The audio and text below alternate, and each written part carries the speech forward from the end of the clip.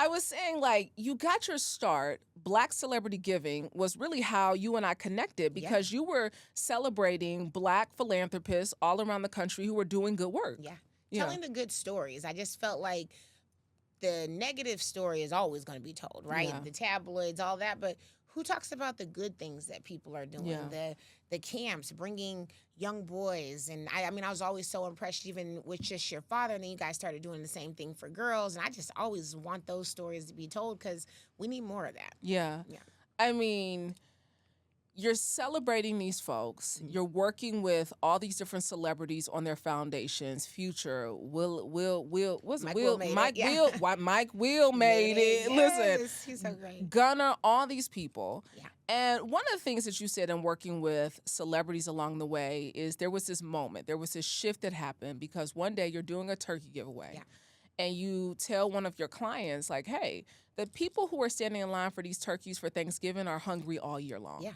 Yeah. Yeah, I think I said, they're hungry in April too. Like they're not it's just not November. Like, and I think if we all think about it, there's a lot of giving that takes place between November and December. And then there's a lot of we used to do a turkey drives. Giveaway for the foundation. Everybody does. But I just wanted to put that out there that like people that experience hunger in this country experience hunger 365 days a year, 366 when it's a leap year, right? Like every single day they have to wake up and figure out, like, how am I going to feed myself?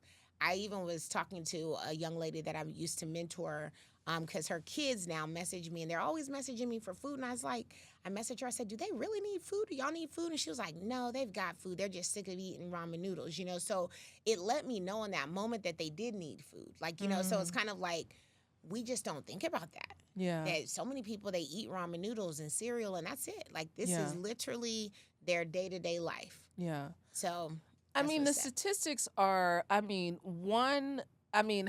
Georgians are experiencing? Most recently, I have seen 1 in 6. 1 in 6 Georgians. The new report will come out sometime this month or early next month from 2024. So it takes about a year.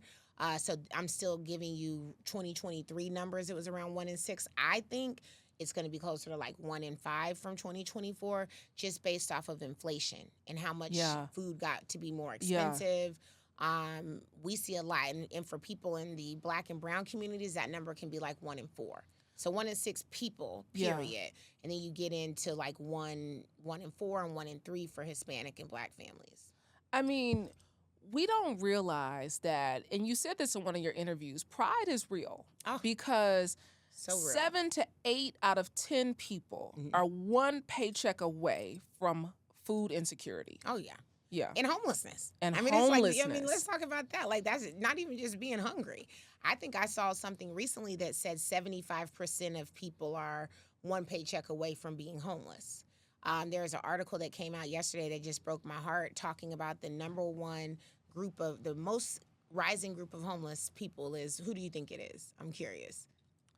I would not a color. Let's talk just like an age group. I would say seniors. Seniors. It's expected to grow 5 times, like double, 5 times. So double every single year over the next 5 years. So 5X from where it is right now, it's going to double every year. Seniors 65 and older. And like they were doing this whole story of like seniors sleeping outside just because they can't afford property taxes. Even though they've worked their whole lives, they're losing their houses. I mean, it is just real. And I think the pride is real. I've had friends of mine that have been food insecure and just never told me, all the while I was feeding people on the streets. Because no one wants to be like, hey, I'm your girl that's, went to college, that's married, that's done all these different things, but I'm struggling. And pride is something that I don't shame pride because I can understand it. No one wants, I've been hungry. I've been struggling. I've lived with friends. I've done the couch surfing. It's not something that everyone wants to talk about. Yeah. But it is a very real thing.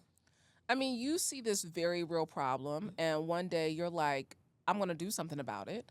You start feeding on Sundays. Yeah. And this is how I came to know you. I know it. Because this is 2011. Mm-hmm. You get this idea and you're like, you know what? I'm going to start serving people, but not how soup kitchens and food banks are serving people.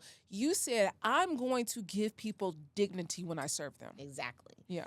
Dignity it's something that I think we're I don't want to say it's lost on this current society.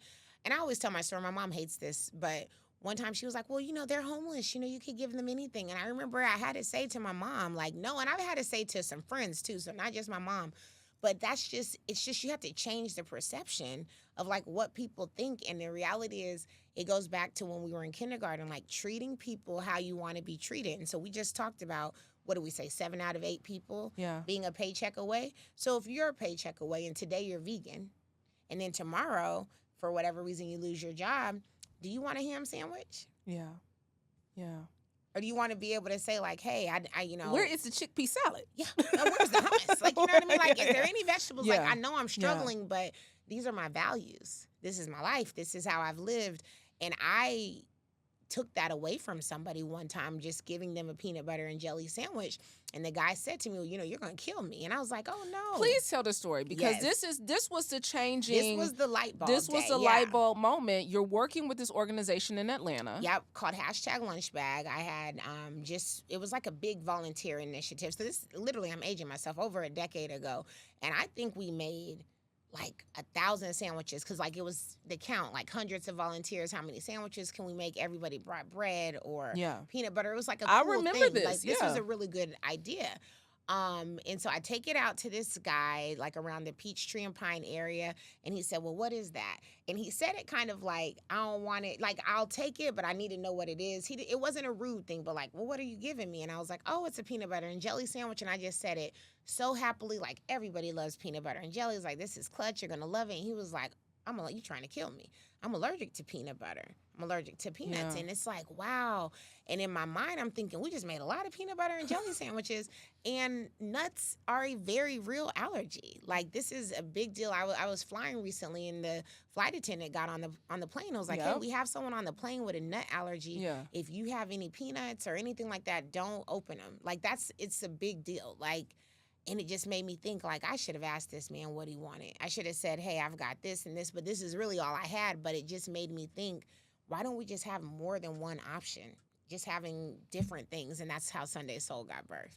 I mean, because most people, and we've all, to your point, have grown up doing canned food drives. Okay. We've grown up, and we're still doing them. Yeah. Which is so crazy. And we just clearing out our old pantry, old rusty ass can. Little cans and little cans of this. Stuff we drop it in a box or a bag and say, oh, here, happy Thanksgiving, Merry Christmas, or have a great day. And that's it. And we're robbing people, not understanding we're robbing people of their ability to choose in that moment. And as soon as you take away someone's choice, you take away their dignity. And I think that's what people don't get. Like, a lot of times it's like, oh, we're dignity. We put it in a bag. We got this, it's got a soda. We got, the drink, the chips, whatever. But you took away their option to choose. Yeah. And at that point, it's like, you take what I give you. Yeah. And it's the same thing that I saw even in the food banks, right? When I was volunteering at food banks, tons of times, like, they just put this box of food in your car, and then you get home, and it's all the stuff you've never ate. You don't know what this is. I don't need this. Your kids hearts don't need it. Hearts of palm in the can. Yeah, hearts of palm.